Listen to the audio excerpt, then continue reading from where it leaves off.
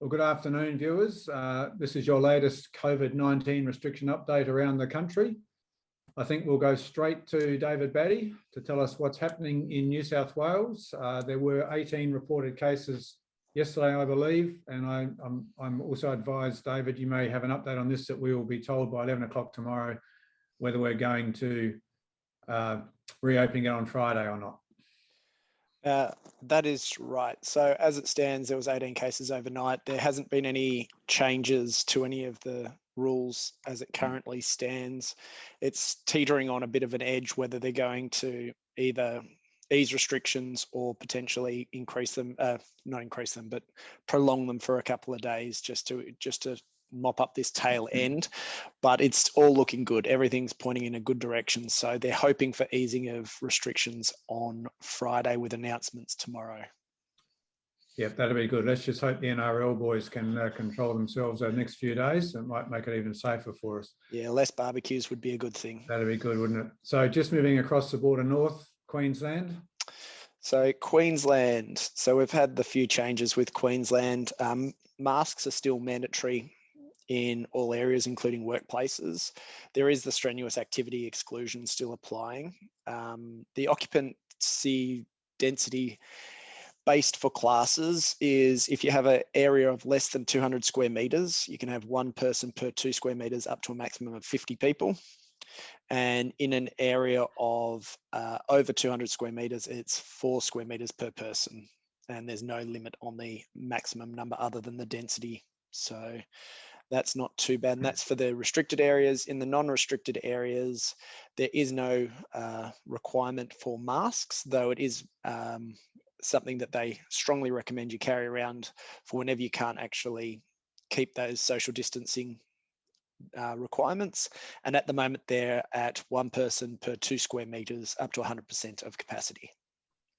The other two things that I'd like to remind everyone about for Queensland are the new checklist, which is coming out and is current. So instead of the industry required COVID, we now have a COVID checklist that is the same for all businesses throughout Queensland. So make sure that you actually get up to date with that, as well as the check-in app. The check-in app will be mandatory as of the 9th.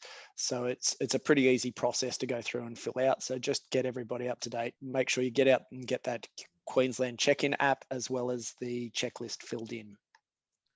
Thanks, David. Before we move down to the ACT, talking about check-in apps, did I see in the media earlier on this week or over the weekend that they're going to require QR code check-ins for gyms as well in New South Wales? Or am I imagining that? That is probably going to come into effect. It seems to be the trend across the country. So everybody's going with QR codes everywhere. And then they're going to use all the other data that we have in the background to cross-check anything that's additional to that. Okay, so that's going to double up on our swipe card entry. Yeah, but the good thing with the apps at the moment is they're fairly easy to use. You just load it up, walk past it. It's going to be a small inconvenience compared to the massive amounts of problems we get from not being able to be open. Absolutely. Any changes in the ACT at all as we move? No changes. South? No changes. No changes. ACT is looking good. Victoria, there's no changes at the moment. They're looking at some changes potentially being announced tomorrow for Friday. We're still trying to find out exactly what those will be, but we think they're going to have something to do with masks. So I've got meetings later on this afternoon to discuss. Okay, and Tassie? And Tasmania, no updates for Tassie. Okay, let's go across the other side of the country. David Lewis. Thanks, Barry. So obviously good news today for WA in general, but obviously Perth and Peel. So we're in light transitional restrictions as of this morning. 2 square metres per person, 150 cap on patrons in premises, and importantly, indoor group classes could return this morning. And masks can be removed for indoor and outdoor vigorous exercise. So those restrictions are in place until Monday, the 12th of July at this stage. And hopefully if things have gone okay, we'll be back to pre-lockdown, i.e. there's no restrictions at all. So We're waiting for that. Hopefully later this week, we might get some information around assistance packages for businesses affected by the lockdown as well. So we'll share that as soon as we have that detail. Thanks, David. Steve, Northern Territory. Yeah, so Northern Territory still remains closed for gyms at this stage, which is obviously very disappointing. We've been going back and forth with the Chief Health Officer and his team via email. We're trying to organise a time for a meeting as soon as possible. But at this stage, it's looking like Friday will be the day that gyms will be able to reopen. Hopefully, we can get that moved a little bit sooner, because we know that yeah, it's somewhat unjustified to have gyms closed and everything else open. We're very unhappy about it. So we'll keep plugging away with that and hopefully get a good result. In terms of South Australia, we've gone back to all restrictions as they were a few weeks ago. So essentially, the only restriction that was affecting gyms was the reintroduction of the 2 square metre rule. That's now moved back to a 3 people per 4 square metre rule. So get your calculators out and work out where that leaves you. But yeah, the good news is that South Australia is more or less back to where we were. So yeah, that's about all from me. Okay, so David Batty, I've just noticed quite a few of the questions coming through again are sitting in your bailiwick, so perhaps you can start running through them. Okay, so masks in New South Wales is probably going to be the biggest one. So masks are still required in New South Wales in indoor settings across the whole of the state, and in classes they are still required for all the people outside of the Greater Sydney area. This is something that we're pushing pretty hard on. I've got a meeting with New South Wales Health later on this afternoon to discuss this, to try to remove that requirement, especially around the classes, and try to increase the caps. So, but at this stage, yes, you have to wear masks within the facilities. There is a strenuous exercise exclusion for the main gym area, but that is not included in the classes. So the classes, you must keep your mask on. Okay, a few more questions there, I think. Okay, we're seeing lots of gyms working out in the car parks with tons of equipment, multiple groups of 10. So though it's not anytime that you're outdoors, it's considered okay, and those groups must be a reasonable distance apart. But we are suggesting that people, if they're overloading, they're going to cause themselves some issues, because New South Wales Health are out and about, and so are the New South Wales Police to police this. So I would suggest that if you've got a group of 10 out the front of a gym in the car park, that's not going to be too bad. But if you've got 14 or 15 groups of 10, there may be some issues.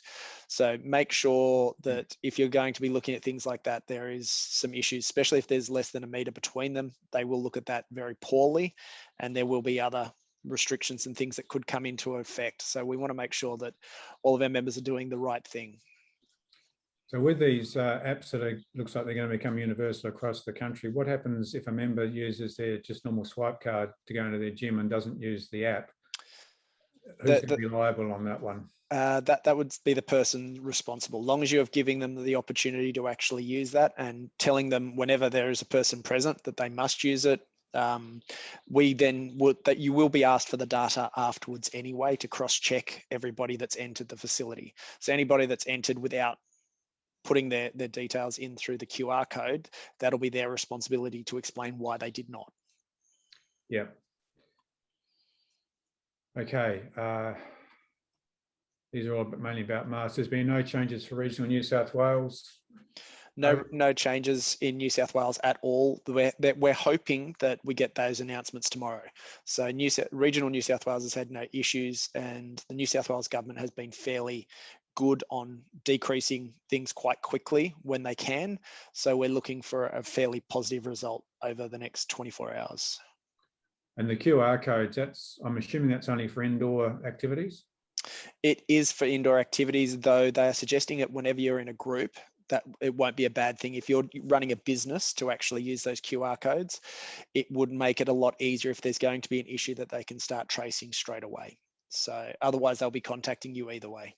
Yeah, okay. So if you're doing an outdoor program in a group that you've organised, it would be politically wise, I guess, if you could.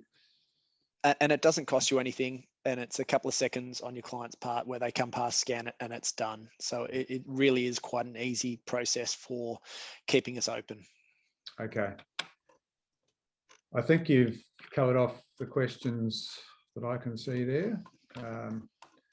The Gold Coast, is nothing specific for the Gold Coast as opposed to Southeast Queensland? No, nothing specific for the Gold Coast over Southeast Queensland. Okay, all right. I think it might be worthwhile, although it's Tuesday, because of some things we're expecting over the next 72 hours, if we actually did one more towards the end of the week, guys. Are you all available for Friday afternoon or sometime on Friday?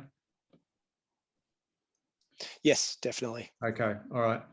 So Brittany, it looks like fingers crossed, we could be reopening next week with some restrictions, I think is what we're feeling at the moment, but it's going to depend on what happens in the next 24 hours, particularly here in Sydney, if those numbers from yesterday go back up again, but fingers crossed they don't.